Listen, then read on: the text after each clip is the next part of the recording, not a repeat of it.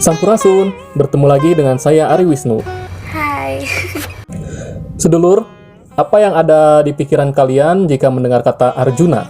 Wah, seorang satria yang tampan, gagah perkasa, digandrungi banyak wanita. Dan pastinya Arjuna ini juga memiliki banyak istri dari kalangan manusia maupun dari kalangan bidadari. Kalau mendengar nama Arjuna ini perfecto banget lah. Kayaknya semua cowok-cowok di dunia ini pengen nasibnya kayak Arjuna ya. Berikut ini saya akan membawakan sebuah kisah mengenai Arjuna yang menikahi seorang bidadari bernama Supraba dan dinobatkan menjadi raja di Kahyangan selama 7 hari. Jadi 7 hari Kahyangan itu sama dengan 7 bulan di dunia, ada juga yang menyebut 7 tahun di dunia ya. Oke, kisah ini tidak diambil dari kisah Mahabharata, tapi saya ambil dari kisah Wayang Jawa ya. Dan kisah ini bersumber dari kitab Arjuna Wiwaha. Buat kalian yang pengen nanti saya membawakan versi kisah Arjuna Wiwaha, tulis aja di kolom komentar ya. Karena versi ini cukup panjang, lumayan. Oke, kita mulai aja ceritanya. Let's go!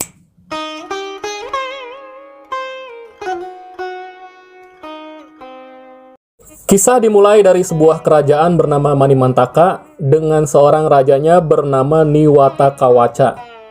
Raja Niwata Kawaca ini berniat melamar seorang bidadari dari Kahyangan bernama Dewi Supraba.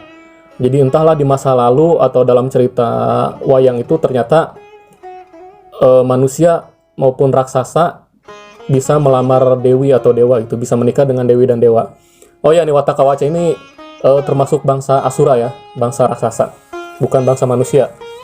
Padahal saat itu Niwata Kawaca sebagai seorang raja, dia juga sudah memiliki seorang istri dari kalangan bidadari juga bernama Dewi Prabasini, yang mana dari pernikahan itu dia memiliki 2 orang putra bernama Bumi Loka dan Bumi Sangara, dan seorang putri bernama Mustakaweni. Tapi sebagai seorang raja yang gagah perkasa ya guys, semua itu tidak cukup bagi Niwata Kawaca. Tetap aja dia ambisinya ingin menikahi Supraba yang cantik dan mempesona. Ya kalau zaman sekarang mungkin kayak pejabat-pejabat nakal gitu, masih aja penasaran pengen nyobain gitu ya. Walaupun istrinya di rumah cantik secantik bidadari gitu. Ketika melamar Dewi Supraba ke Kahyangan ya otomatis lamaran Niwata Kawaca tersebut ditolak guys, ditolak mentah-mentah. Karena siapa sih Niwata Kawaca sebagai seorang raksasa gitu, nggak ada kontribusinya buat surga Kahyangan, nggak ada kontribusinya buat para dewa, di dunia juga nyusahin negara-negara orang, nyusahin rakyat-rakyat kecil doang gitu. Jadi para dewa menolak mentah-mentah. Karena permintaannya ditolak ya otomatis dia ngamuk dong sebagai raja yang sakti dan gagah mandraguna gitu. Dia punya banyak pasukan, akhirnya dia marah, mengancam ke Kahyangan bahwa dia akan menyerang dan meruntuhkan Kahyangan. Kemudian terjadilah peperangan di Kahyangan itu, para dewa melawan Niwata Kawaca bersama pasukannya. Namun ternyata para dewa kalah, tidak ada yang mampu mengalahkan Niwata Kawaca. Akhirnya setelah kekalahan itu para dewa mundur sejenak dan berdiskusi untuk mengatur strategi mengalahkan Niwata Kawaca. Akhirnya para dewa menjatuhkan opsi kepada Arjuna, meminta bantuan Arjuna untuk mengalahkan Niwata Kawaca. Arjuna saat itu sedang bertapa semedi di sebuah tempat ya, karena saat itu dia dalam masa pengasingan setelah kekalahan Yudhistira dalam permainan dadu melawan Kurawa. Para dewa pun berinisiatif menyuruh Supraba bersama beberapa bidadari lainnya untuk turun ke dunia, mendatangi tempat pertapaan Arjuna tersebut, dan menggoda tapa Arjuna agar Arjuna mau bangkit dan membantu para dewa, sekaligus menyampaikan pesan-pesan dari para dewa. Akhirnya Dewi Supraba ini bersama bidadari lainnya turun ke dunia. Sebelum mencapai lokasi pertapaan Arjuna, mereka berhias diri secantik mungkin. Bidadari juga masih harus berhias kayaknya guys. Padahal cantiknya udah melebihi kecantikan manusia, tapi tetap harus berhias. Karena yang akan dihadapinya adalah cowok pejantan tangguh yang tampan mempesona, laki langit lala nanging jagat, gitu peribahasanya. Jadi para bidadari ini merasa tidak pede kalau belum berdandan. Namun setelah mencapai lokasi Arjuna, mereka semua mengerubungi Arjuna, menggoda-goda, memegang-megang, mengusap-usap. Namun Arjuna ya tetap tabah dalam pertapaannya dan tidak terganggu, tidak membuka mata, dan tidak bergerak sedikit pun. Akhirnya para bidadari yang dipimpin Supraba ini merasa frustasi dan mereka kembali ke Kahyangan melaporkan kepada para dewa bahwa Arjuna tidak bisa diganggu. Akhirnya mereka terbang segera ke Kahyangan.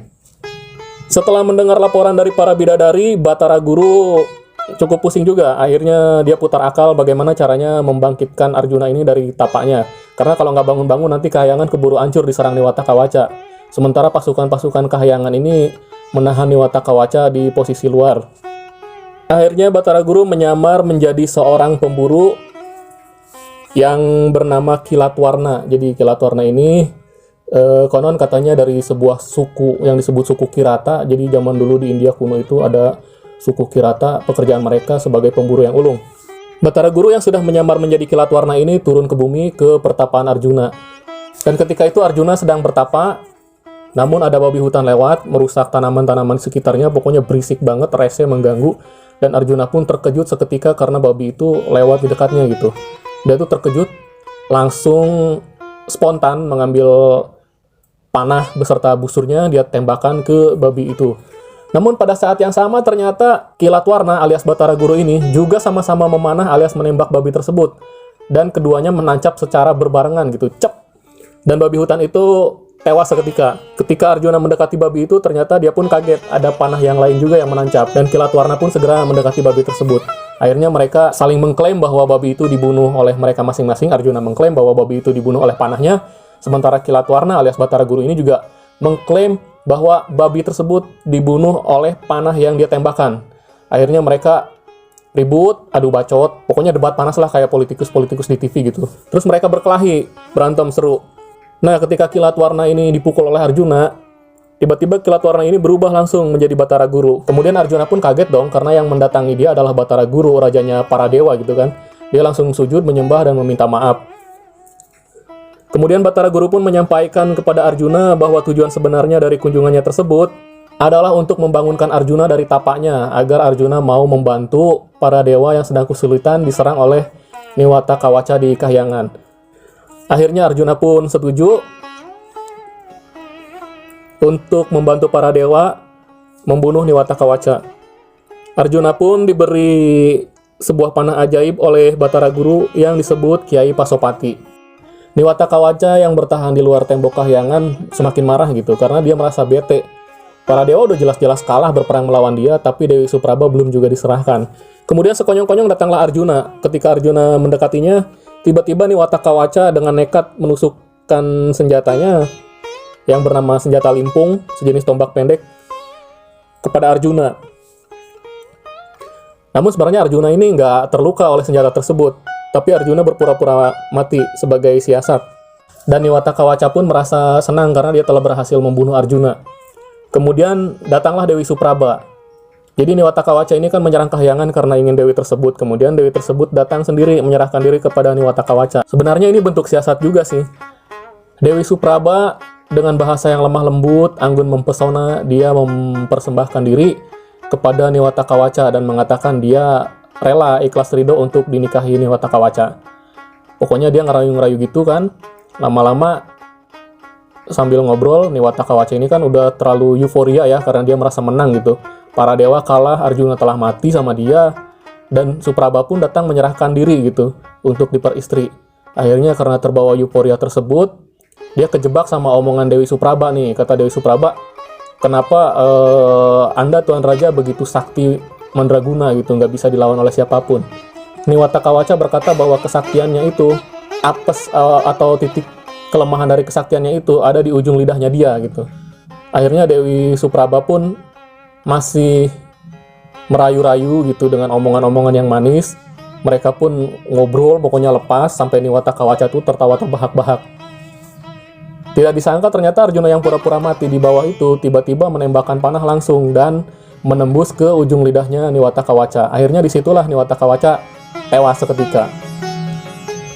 Kemudian para panglima dan para pasukan dari Niwata Kawaca ini melihat rajanya tewas terbunuh tiba-tiba, mereka moralnya langsung runtuh.